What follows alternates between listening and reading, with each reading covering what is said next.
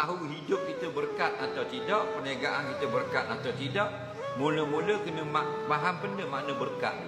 Berkat ni bahasa Arab Melayu berkat, asal kata Arab barakah. Apa makna barakah? Ziyadatul khair, bertambah kebaikan akhirat. Berkat barulah kita faham. Jadi kalau kita jumpa orang soleh, kita bersalam, ambil berkat sikit. Apa maknanya? Maksudnya mudah-mudahan diri aku bertambah kebaikan. Jadi nak tahunya pendapatan kita, kerja kita, hidup kita berkat atau tidak, tengok bertambah tak kebaikan akhirat. Contoh, sekarang kita meniaga laku 7-8 ribu boleh dah sebulan. Dulu 1,000 lebih, 2,000 lebih je berat. Jadi 7-8 ribu sebulan. Hari-hari teruk pun 6 ribu, 7 ribu dah. Itu bukan berkat. Itu dunia.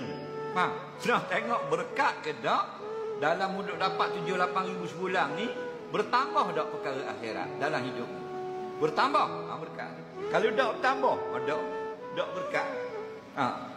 Kau hilang akhirat, suai. Dia gitu saja. Jadi walaupun kerja bawa ukuk pandai, boleh 80 riyal, 90 riyal je sehari, tiba-tiba boleh pergi umrah. Berkat tu. Wah, dia supervisor tak pergi pun. Di Beijing main salji. Dia walaupun pandai, pergi, pong, 2 kali nak langgar di lori. Teduh tengah hujan, masuk wajah jatah. Tak. Tapi boleh pergi umrah. Berkat tu. Kerja bos main, tapi malam-malam boleh duduk di majlis ilmu. Berkat tu. Walaupun gaji 2,000 je.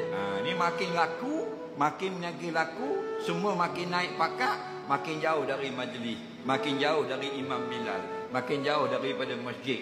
Tidak berkat, berkarat. Betul kan balik. Barakah berkat ialah bertambah hal-hal akhirat. Kita banyak duduk tu. Kerana ke selama ni orang Melayu duk pegang berkat itu ialah banyak pitih. Berkatnya anak mulijah berkat mana pula? Dapat 4,000 gaji. Dikira gaji 4,000 berkat. Kalau gitu toke kemat lagi berkat. Nampak tak? Kerana dia banyak lagi duit. Duit banyak bukan berkat. Bertambah tak hak akhirat. Dulu 2 kali seminggu boleh pergi masjid. Ni 4 kali seminggu berkat. Berkat sikit. Dulu tak pernah sampai di surau. Ni tiap-tiap malam ada di surau. Berkat banyak. Faham? Dulu kedekut, ni suka bersedekah. Berkat. Jadi cek sendiri, jangan cek orang. Cek kita sendiri.